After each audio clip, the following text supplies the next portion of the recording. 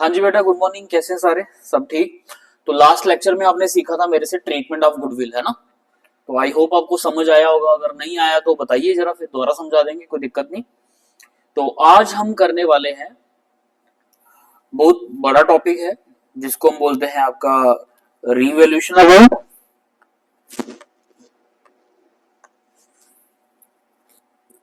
Revaluation account करेंगे आज हम, पार्टनर्स कैपिटल अकाउंट भी करेंगे और बैलेंस शीट भी बनाएंगे आज हम। ठीक है? तो ये काफी बड़ा टॉपिक होने वाला आज। सारा समझ आएगा, बस ध्यान से सुनना है आपने पहले, फिर उसके बाद फिर आप साथ साथ नोट भी करते जाएंगे। जो चीज आपको सिखाई जा रही है उसको नोट्स बनाओ प्रॉपर। ठीक है? तो बात करते हैं रीवैल्यूएशन अकाउंट। ये क्या होता है बेटा? रीवैल्यूएशन अकाउंट क्या होता है? हमने एग्जांपल ली थी जो चलती आ रही है अभी तक, पार्टनरशिप से लेके एडमिशन तक। That is Kabir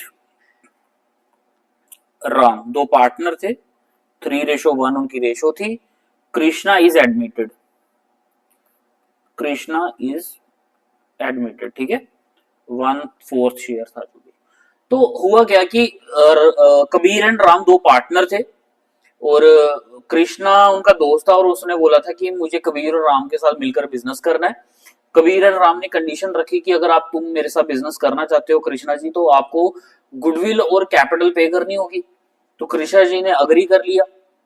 goodwill calculate करने के लिए हमने पीछे क्वेश्चंस करे हैं, 5-6 फॉर्मूले थे, सारे के सारे अप्लाई करके क्वेश्चन निकाले। तो कृष्णा ने जब गुडविल और कैपिटल पे कर दी, तो इन्होंने अपनी फर्म का नाम चेंज कर दिया था। जैसे मैंने बोल दिया था RKK। ठीक है? जब KKR कोई भी नाम रख लिया था इन्होंने। तो हुआ क्या, जब कृष्णा ने बिजनेस ज्वाइन करा, तो जिस दिन ज्वाइन करा तो उस दिन तो बहुत अच्छा लगा, फर्म का नाम बोर्ड चेंज हो गया, बाकी जो इंफ्रा था वो तो सेम ही था। तो चेंज हुआ तो 2 दिन बाद क्या हुआ कि जो दुकान थी उनकी, जो अपनी उनका बिजनेस था, वहां पे ना फैन खराब हो गया, पंखा खराब हो गया जी। ठीक है? तो पंखा खराब होने की वजह से जो राम था उन्होंने बोला कि भाई कृष्णा जी, बात ऐसी है कि पंखा खराब हो गया, अब इसको हमने अपनी इसको ठीक कराने पे जो खर्चा आएगा उसको हमने क्या करना है, अपनी रेशो में बांट लेना है। जो रेशो इनकी क्या थी, 3:1:1। ठीक है? कृष्णा जी कहते हैं कि ठीक है, कोई बात नहीं। 2 दिन बाद क्या हुआ कि AC खराब हो गया। फिर 1 महीने बाद क्या हुआ कि उनका काउंटर खराब हो गया, मतलब चीजें खराब होनी शुरू हो गई, फर्नीचर सड़ गया, कोई टेबल टूट गया, कोई कुर्सी कुर्सी टूट गई। तो जब चीजें खराब होनी शुरू हो गई तो कृष्णा ने कहा राम से, भाई यार मुझे 1 महीना हुआ बिजनेस ज्वाइन किए हुए, और 1 महीने के अंदर अंदर ही ये सारी चीजें खराब हो रही हैं। तो कहते भाई, पार्टनर बने हैं, अब प्रॉफिट अगर बराबर बढ़ रहा है तो फिर नुकसान भी तो बराबर बढ़ेगा। तो कृष्णा घर पे गया। अच्छा, उसके अगले दिन क्या हुआ कि बैंक वाले लोन की EMI लेने आ गए, जो कृष्णा और राम का कोई पुराना लोन था उसके ऊपर। कोई इन्होंने पुराना स्टॉक खरीदा था, कोई क्रेडिटर था। ठीक है? वो क्रेडिटर पेमेंट लेने आ गया कबीर, राम और कृष्णा से। तो कृष्णा कहता, मुझे तो 1 महीना भी नहीं हुआ ज्वाइन किए हुए, तो मैं कहां से पेमेंट कर दूं आपको क्रेडिट? मैंने तो अभी इनको गुडविल भी पे की है और इनकी कैपिटल भी पे की है। तो कृष्णा घर पे जाता है, आराम से रेस्ट करता है और सोचता है, यार ऐसे तो काम चलेगा नहीं, हर दूसरे दिन इनका फर्नीचर खराब हो रहा है, इंफ्रा खराब हो रहा है, तो मैं कहां से इनको बार बार पैसा देता रहूंगा। तो कृष्णा ने राम को अगले दिन आकर बोला, देखो भाई साहब, बिजनेस कर रहा हूं आपके साथ, कैपिटल भी मैंने दी है, गुडविल भी दी है। जब मैंने पैसा दिया था तो पैसा पुराना नहीं दिया था मैंने, पैसा बिल्कुल फ्रेश कैपिटल दी थी मैंने आपको। ठीक है? और जो चीजें मैंने आपको दी है बिल्कुल नई दी है, गुडविल भी पे की है। तो पहले आप ऐसा करो, अपना जो आपका करंट बिजनेस, जो प्रीवियस बिजनेस था, जितनी भी एसेट्स हैं उन सबको बेचो, उससे जो पैसा आता है अपनी लायबिलिटी क्लियर करो, जो प्रॉफिट उसका आएगा आपको आप बांट लो आपस में। उसके बाद हम नए सिरे से एक नई फर्म बनाएंगे, उसमें नया फर्नीचर लगाएंगे, नई एसेट्स लगाएंगे, जो चीजें होंगी वो नए सिरे से होंगी। तो आपको कॉन्सेप्ट समझ आया क्या होता है रीवैल्यूएशन अकाउंट? रीवैल्यूएशन अकाउंट में हम यही करेंगे कि जितनी भी हमारी एसेट्स और लायबिलिटीज होंगी उनको रीवैल्यूड किया जाएगा, उसको बेच बूझ के जो लायबिलिटी क्लियर होंगी उसका जो पैसा बचेगा वो पुराने पार्टनर पार्टनर अपने खाते में लेके जाएंगे। फिर एक नए सिरे से जो नया पार्टनर कृष्णा है उनके साथ नया पार्टनर जो आएगा वो नए सिरे से बिजनेस स्टार्ट करेगा। तो आई होप आपको ये कॉन्सेप्ट क्लियर हो गया हो। तो चलिए फिर रीवैल्यूएशन अकाउंट का फॉर्मेट देखते हैं जरा क्या है।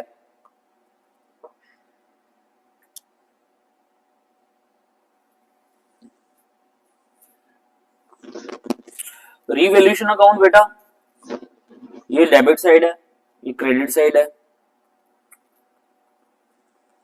पर्टिकुलर अमाउंट, पर्टिकुलर अमाउंट, ठीक है। नॉमिनल अकाउंट को फॉलो करना हमने। नॉमिनल अकाउंट क्या बोलता है?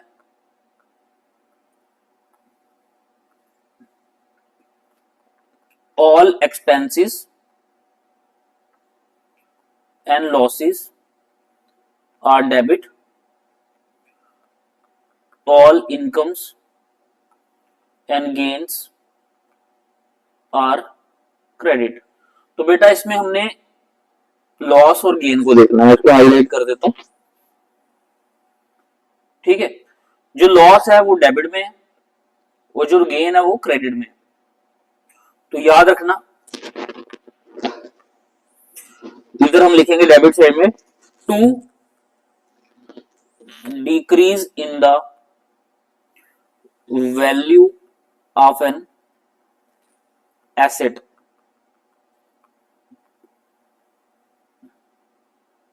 ठीक है। एसेट की वैल्यू कम होना क्या होता है बेटा? नुकसान होता है ना। तो एसेट की वैल्यू कम हो गई तो नुकसान है, इसलिए नुकसान को मैं डेबिट साइड लिख रहा हूं। To increase in the value of an of liabilities, ठीक है।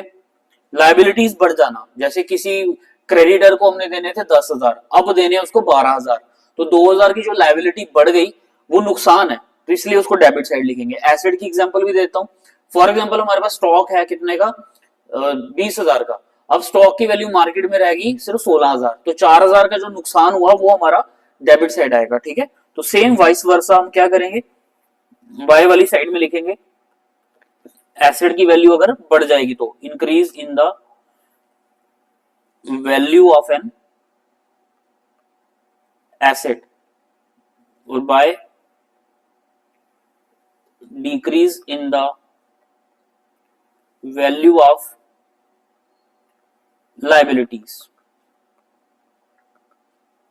एसेट की वैल्यू बढ़ जाना, फॉर एग्जांपल हमारे पास इन्वेस्टमेंट थी 10 लाख रुपए की, अब वो 12 लाख का हुई, मार्केट वैल्यू 12 लाख हो गई, तो 2 लाख का प्रॉफिट हो गया ना, गेन हो गया, तो वो हम क्रेडिट साइड लिखेंगे। फॉर एग्जांपल किसी को पैसे देने थे हमने 10,000, अब देने उसको 8,000, तो फायदा हुआ हमें 2,000 का, तो वो हमें फायदा कहाँ आ जाएगा? Credit side. सेम अगर क्रेडिट साइड बढ़ी है तो हमें क्या हो जाएगा? To profit transferred to partners capital account, और अगर डेबिट साइड बढ़ी है तो लॉस हो जाएगा, by loss transferred to partners capital account. Clear है? समझ आ गया? तो ये था आपका रीवैल्यूएशन अकाउंट, ठीक है। और ये चला जाएगा किसको? ओल्ड पार्टनर्स को। ये किसके कंसर्न में बनाया गया? ओल्ड पार्टनर्स के कंसर्न्स में बनाया गया, ठीक है। तो चलिए फिर एक क्वेश्चन ट्राई करते हैं, उस क्वेश्चन को ट्राई करते हैं, देखते हैं निकलता है कि नहीं निकलता हमसे।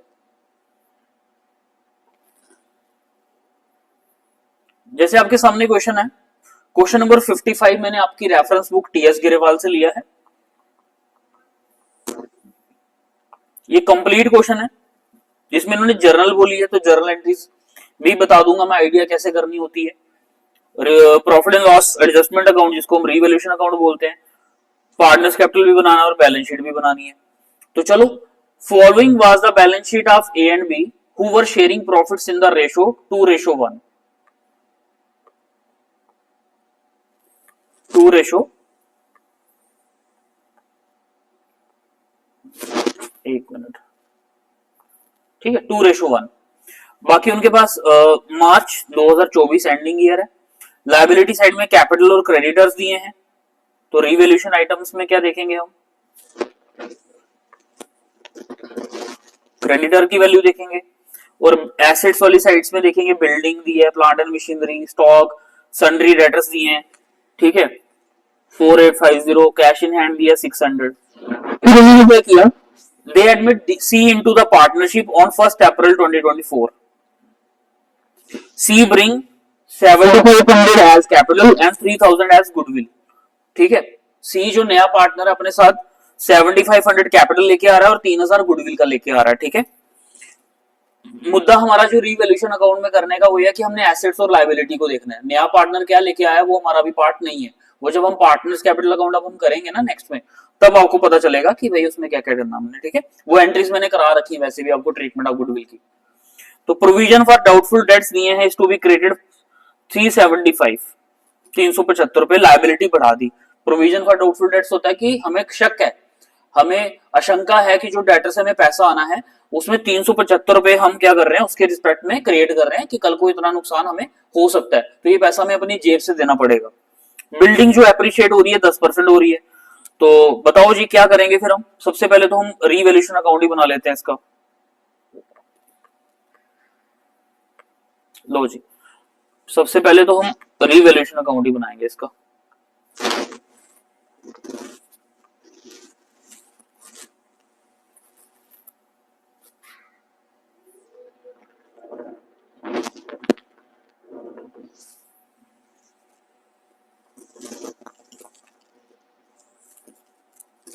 रीवैल्यूएशन अकाउंट, अभी हमने इसका फॉर्मेट करा पर्टिकुलर अमाउंट, पर्टिकुलर अमाउंट, ये हमारी डेबिट साइड है, ये हमारी क्रेडिट साइड है। ठीक है, तो चलिए जो नुकसान है वो डेबिट साइड, जो हमें फायदा होगा वो credit side. Value of the stock and plant and machinery 5% reduce हो गया। तो स्टॉक की वैल्यू 10,000 थी, 10,000 का 5% कितना होता है बेटा 500, तो स्टॉक 500 रुपया कम हो गया। ठीक है, स्टॉक की वैल्यू 10,000 है। उसके बाद हमने बोला है प्लांट एंड मशीनरी भी 5% कम हो गई, तो प्लांट एंड मशीनरी पे 5% करेंगे जरा हम। प्लांट एंड मशीनरी में दिया 17500 के ऊपर 5%, तो ये आ गया हमारे पास 875 टू प्लांट एंड मशीनरी 875। ठीक है, उसके बाद हमने बोला है provision for doubtful debts is to be created sundry debtors के अगेंस्ट 375, तो यहां पे लिख देंगे to provision for bad debts 375, और यहां पे इन्होंने बोला बिल्डिंग एप्रिशिएट हुई है 10%, तो बिल्डिंग की वैल्यू थी 25,000, तो 2500 रुपए वैल्यू बढ़ गई थी 10% के हिसाब से।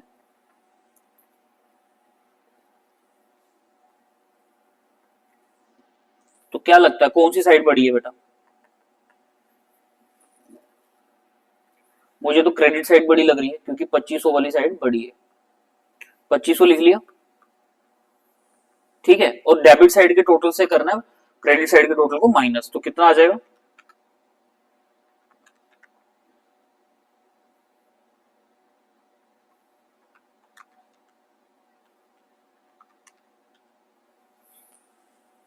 ठीक है जी, तो इस साइड के टोटल को इसमें से करेंगे माइनस, तो जो प्रॉफिट आएगा आपके पास टू प्रॉफिट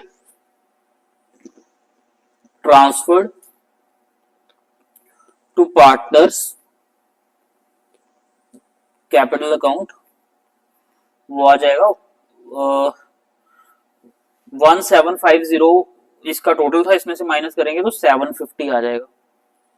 तो देखो इसका आंसर में यही है शायद, हाँ 750 है हमारा प्रॉफिट। ठीक है, क्लियर है यहां तक? उसके बाद हमने बनाना है यहाँ पे पार्टनर्स कैपिटल अकाउंट। बेटा कोई डाउट है तो कमेंट सेक्शन में बताओ, मैं दोबारा समझा दूंगा, कोई दिक्कत नहीं। A B C, A B C, partner का नाम था हमारे पास एबीसी। ठीक है, पार्टनर्स कैपिटल अकाउंट तो मैंने पीछे सिखाया आपको, वही फॉर्मेट रहने वाला है, कुछ भी चेंज नहीं है, ए बी सी। तो हाँ एक चीज और है, इसके कुछ वर्किंग नोट्स आपने बनाने हैं, जैसे अभी तो मैं इसको डायरेक्टली करके दिखाता हूं। आपका जो होमवर्क रहने वाला है वर्किंग नोट में, वो मुझे आप इसकी न्यू रेशो निकाल कर दिखाओगे और इसकी सैक्रिफाइसिंग रेशो भी आप निकाल के दिखाओगे। ठीक है, निकालनी आती है लेट वाले तरीके से। और वैसे मैं आपको एक ट्रिक बता देता हूँ, मैक्सिमम टाइम यही होता है जब हम रीवैल्यूएशन वाले क्वेश्चन करते हैं, revaluation partners capital balance sheet करते हैं, तो हमारी ओल्ड रेशियो को ही हम ज्यादातर क्या मान लेते हैं, सैक्रिफाइसिंग मान लेते हैं। बट वो तब तक होता है जब तक हमें सरेंडर शेयर गिवन ना हो। जैसे फॉर एग्जांपल अगर हमें सरेंडर शेयर गिवन है, कौन कितना दे रहा है, उस केस में आपको न्यू रेशियो भी निकालनी पड़ेगी, सैक्रिफाइसिंग भी निकालनी पड़ेगी। अदरवाइज इस क्वेश्चन में मैं ओल्ड रेशियो को ही क्या मान लूंगा, ये जो एट की रेशियो है ना 2:1, इसी को मैं मान लूंगा इनकी सैक्रिफाइसिंग रेशो। तो 2:,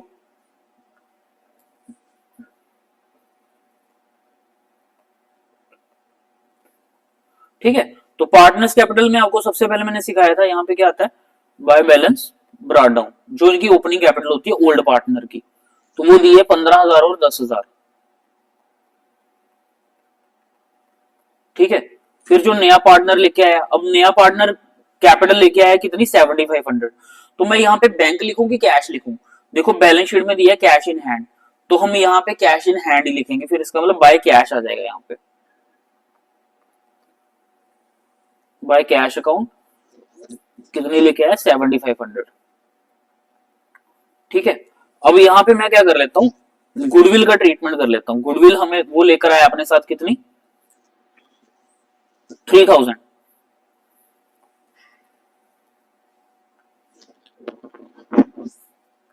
तो इसमें हम क्या निकालेंगे, ए का शेयर और बी का शेयर, क्योंकि सैक्रिफाइसिंग पार्टनर तो यही है। तो मैंने क्या बोला, इसमें जो सैक्रिफाइसिंग रेशो है वो मैं क्या अज्यूम कर रहा हूं, ओल्ड रेशो ही हमारी क्या है, सैक्रिफाइसिंग, तो वो कितनी है, 2:1। तो इसको मैं 2/3 करूंगा और 1/3 करूंगा, तो कितना आ जाएगा, 2,000 और 1,000।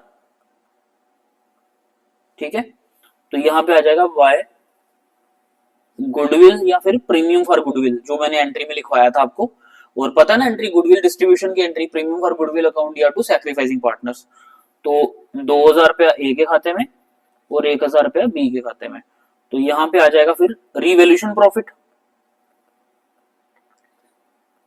रिवैल्यूएशन प्रॉफिट कितना निकाला हमने, 750। तो ए और बी को बांट रहा हमने किस रेशो में, 2/3 1/3।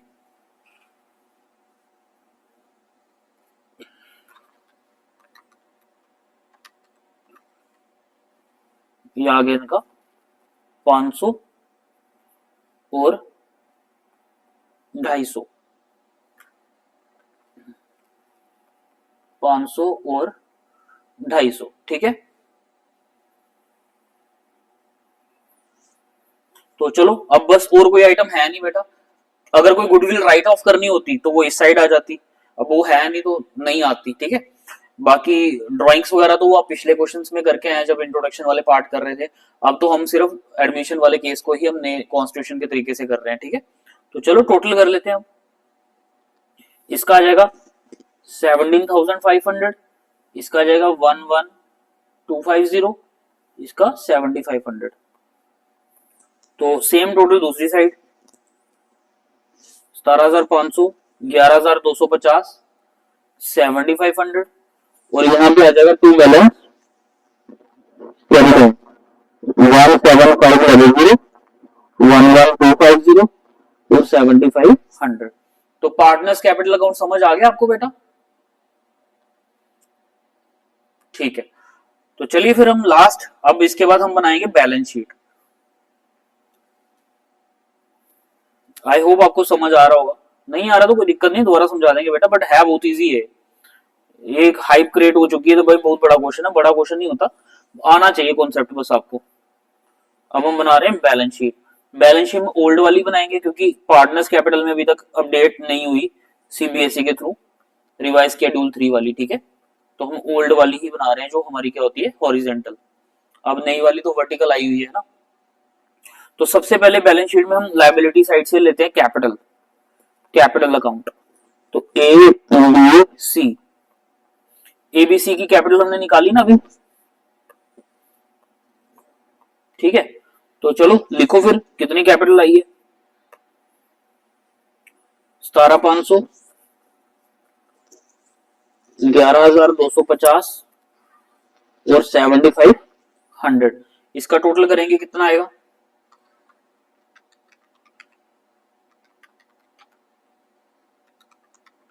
ये आ जाएगा 36,250, ठीक है।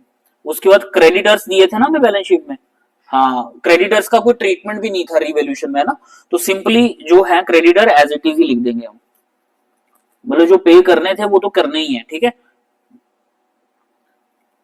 वो कितने 32950, 32950, तो इधर के तो दो ही आइटम्स थी, ठीक है।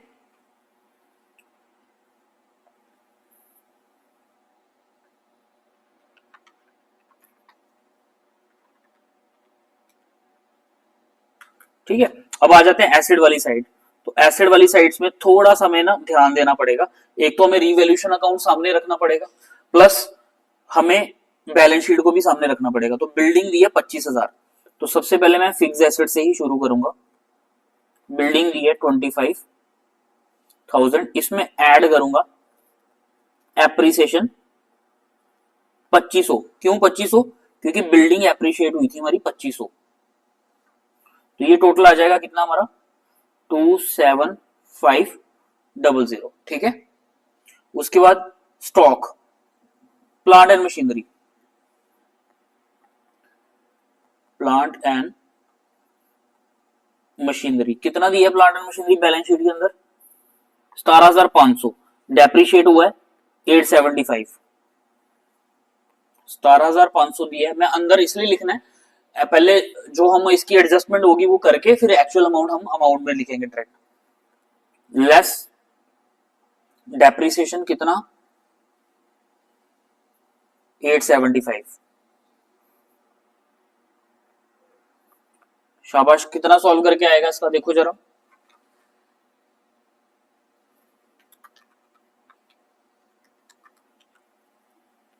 16625।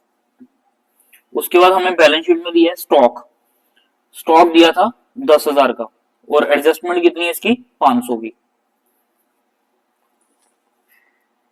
स्टॉक दिया है 10,000 लेस रिड्यूस वैल्यू जो लिखा है उन्होंने 500, तो ये आ जाएगा 9,500।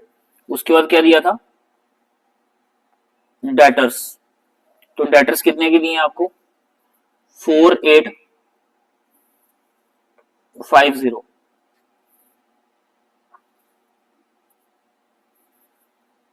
4,850, इसको थोड़ा रब कर लेते हैं ताकि भी फॉर्म थोड़ी 2 एंट्रियां हो रहा है, थोड़ा और बड़ा हो जाएगा क्वेश्चन, ठीक है।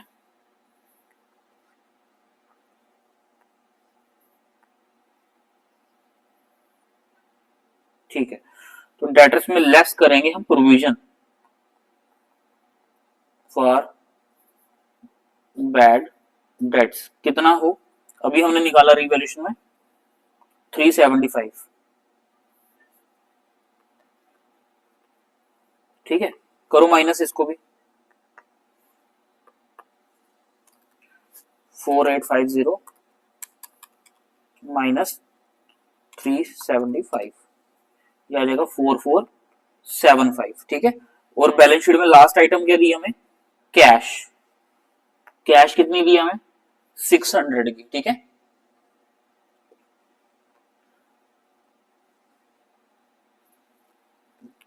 कैश आ गया, ऐसे लिख देते हैं इसको 600।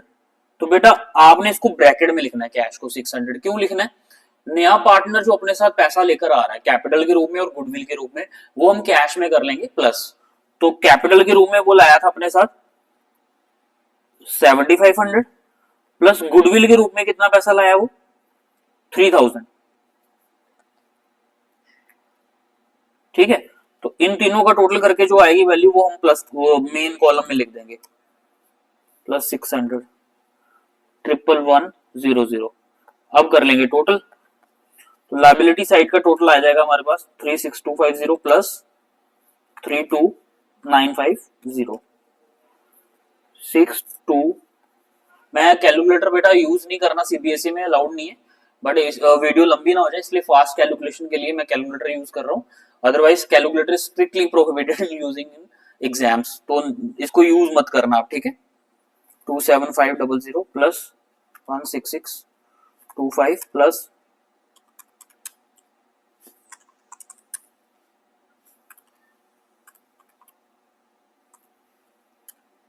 लो जी, दोनों साइड का टोटल आ गया 69200। आप करके भी देख लेना, यही टोटल होगा।